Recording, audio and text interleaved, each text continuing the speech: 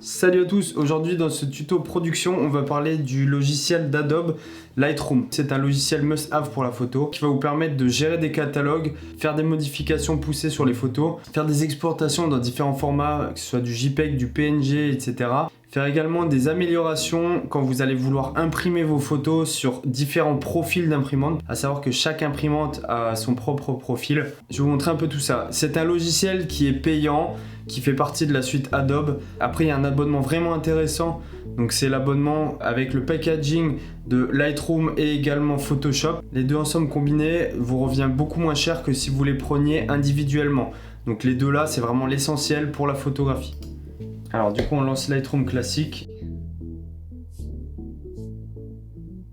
Donc ici c'est la première fenêtre, donc Lightroom s'organise comme ceci. Donc vous avez la barre en haut, à droite vous avez différents éléments, en bas vous avez les photos que vous voulez faire apparaître, à gauche une autre barre sur laquelle va y avoir différents menus. En haut vous avez bibliothèque, développement, carte, livre, diaporama, impression, web et ensuite ça c'est le cloud. Dans l'onglet bibliothèque, c'est celui dans lequel on se trouve. Donc vous avez en haut à gauche la navigation, donc c'est l'aperçu de votre photo en miniature. Là vous avez le catalogue, donc toutes vos photos, celles que vous avez synchronisées, des collections, etc.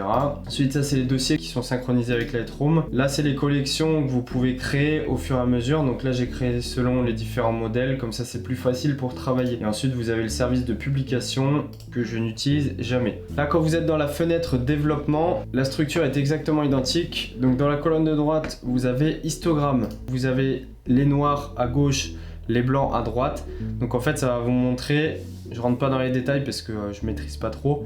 Donc ça va vous montrer la présence selon la luminosité ou la couleur. Donc là les ombres sont assez élevées parce qu'il y a beaucoup d'ombres dans ma photo. Là au niveau des tons normaux de l'exposition, donc c'est assez lisse. Et les tons clairs, il y en a peu. Sur ma photo, la photo est assez sombre. Ensuite en dessous, vous avez une petite barre sur laquelle se trouvent des outils. Là vous avez le recadrage, ici vous avez la suppression des défauts. Ici la correction des yeux rouges, le filtre gradué, le filtre radial et le pinceau de correction. Donc ici vous avez les réglages de base avec dedans différents éléments et des curseurs, donc on y reviendra plus tard.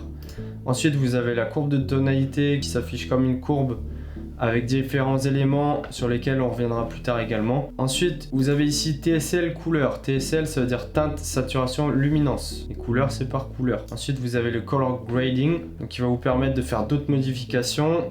Les détails avec la netteté, réduction du bruit et un aperçu zoomé sur votre image. La correction d'objectif, donc c'est selon l'objectif que vous avez utilisé sur votre appareil photo pour prendre la photo.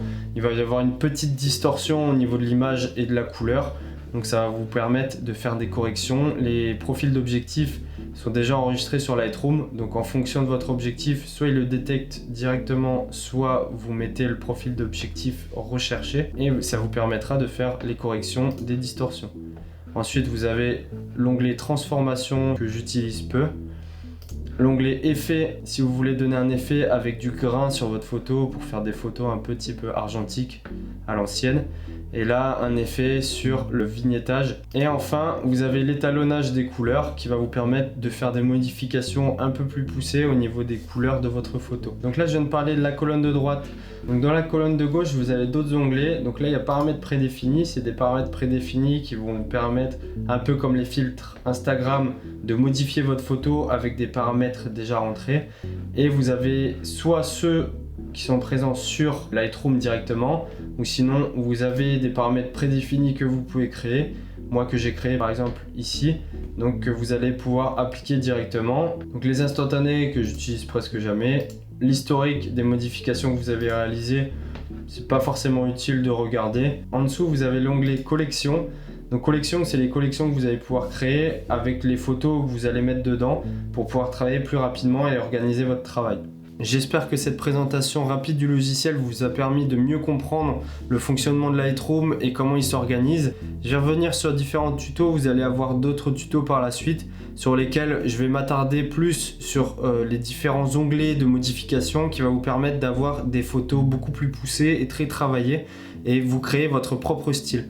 Vous allez voir, Lightroom, c'est un logiciel qui est super intéressant. Ça va vous permettre d'exploser votre créativité et avoir les rendus que vous souhaitez sur vos photos. J'espère que ça vous a plu. Si vous voulez que j'aborde d'autres sujets, n'hésitez pas à le dire en commentaire. Mettez un petit pouce bleu pour supporter ma chaîne. Et sur ce, on se revoit la prochaine fois. Chou!